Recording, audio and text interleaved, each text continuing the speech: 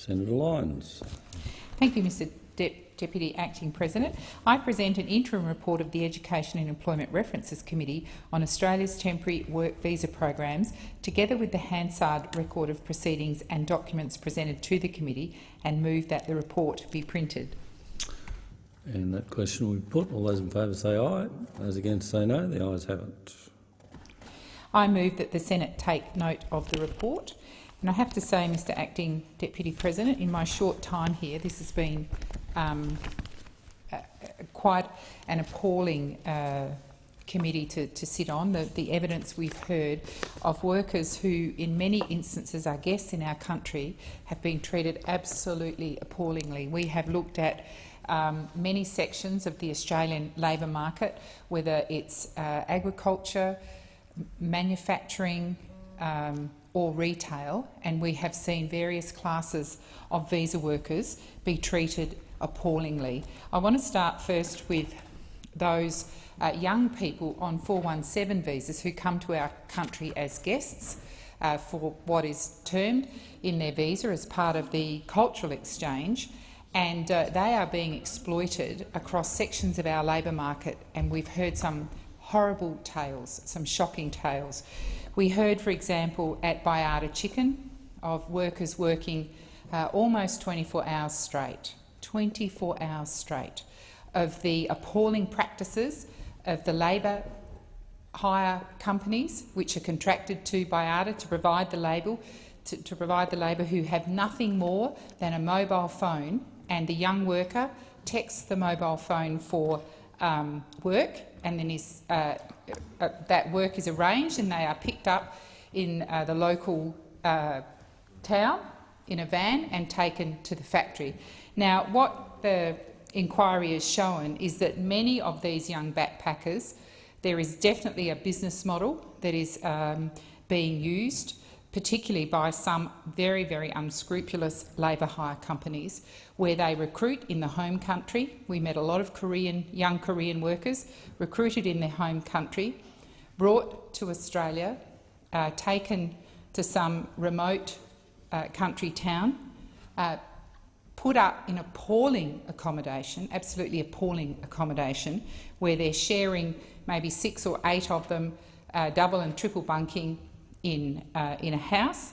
They charge an exorbitant rate of rent per week for that house, and the house is usually in a very, very derelict condition and doesn't have proper facilities. And in fact, councils have come in some cases, and put work orders on those houses, or said that they're not fit for people to live in. On top of that, they then get picked up, usually in some kind of white minivan, and transported to the workplace. Now, working in these chicken factories, it's fast work, it's processing work, and it's dangerous work.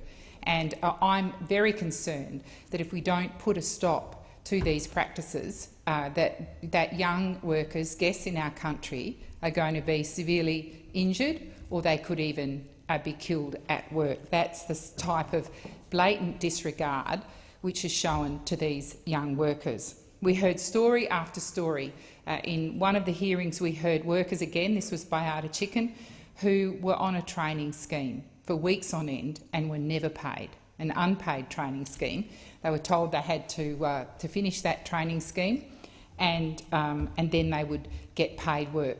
Now, we also saw evidence of at least 2 sets of books where people, if you looked at one set of records, it would look as if they were being paid and paid appropriately, but actually when you looked at the cash in hand that they got, you could see they were being paid as little as $10 an hour. And this was a straight $10 in the middle of the night, in the middle of the day. It didn't seem to matter. So all of the industrial conditions that apply at Bayarda Chicken were completely disregarded for a significant part of the workplace. This is a significant part of the Bayarda workplace, which was being where backpacker visas were being exploited.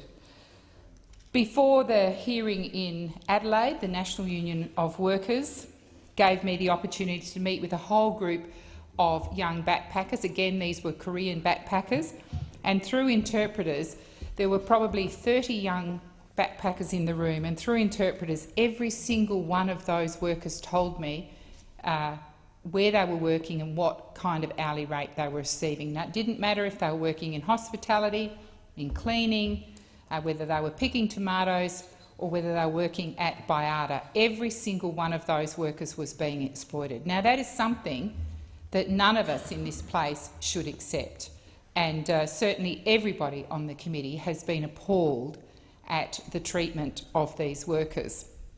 And I guess what disappoints me is that at this point in time the government will not give an amnesty to some of those workers whose visa runs out, they've been underpaid and they have to leave the country.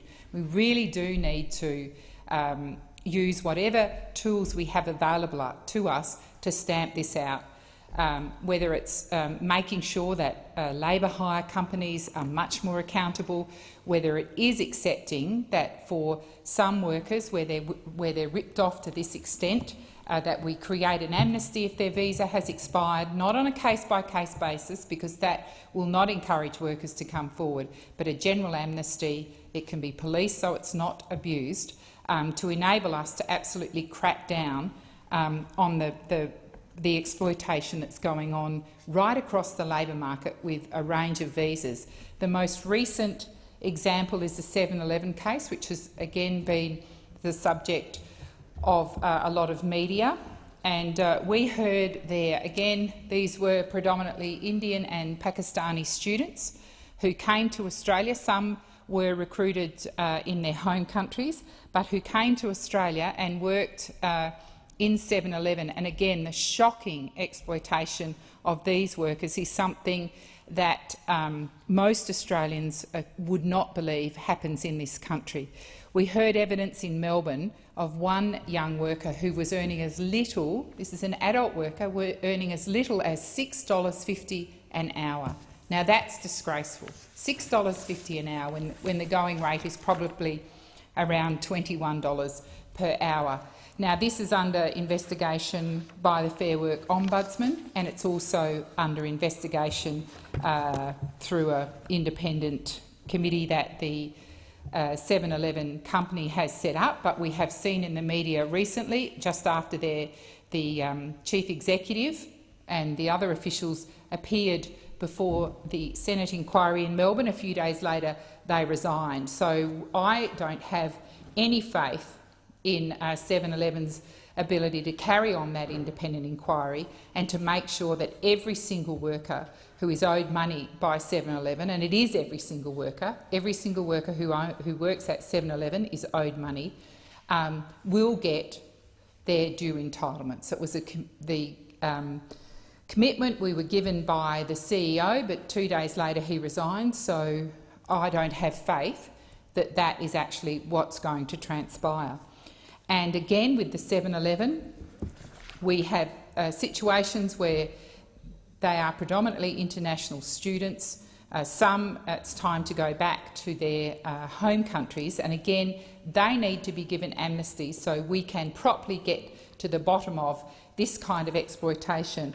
Otherwise, I fear that Australia starts to get the sort of reputation we had when we had international students being ripped off by some educational institutions in this country. That is not the sort of reputation we want to get. We are a country that prides itself on a fair go.